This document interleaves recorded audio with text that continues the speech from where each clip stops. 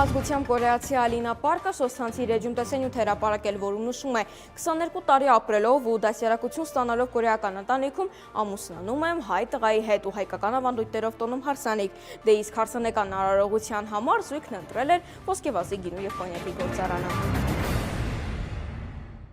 Համացանցում կրկին տարածում են գտել տեսանյութ, որում երևում է, թե ինչպես ազգությամբ ռուսկե սուրը հայկական ավանդույթներով դիմավորում նորահարսին։ Տեսանյութի մեկնաբանությունները լի են դերական մեկնաբանություններով։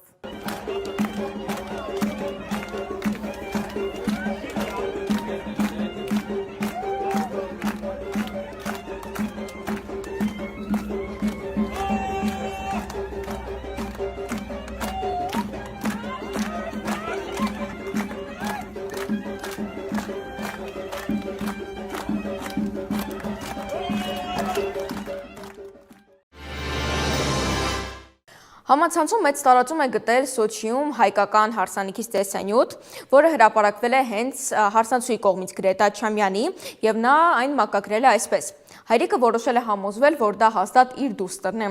Կադրերում աղջիկը եղբոր եւ հոր հետ կանգնած է հարսանեկան զգեստով եւ քողով փակած դեմքով։ Հայկական ավանդույթի համաձայն Փեսան սիրեցյալին վերցնում է հայրական տնից եւ միայն դրանից հետո բարձրացնում քողը տեսնելով դեմքը։ Այնուամենայնիվ հարսնացուի հայրը որոշեց դա անել ինքնուրույն, բայց Գրետան կանգնեցրեց նրան։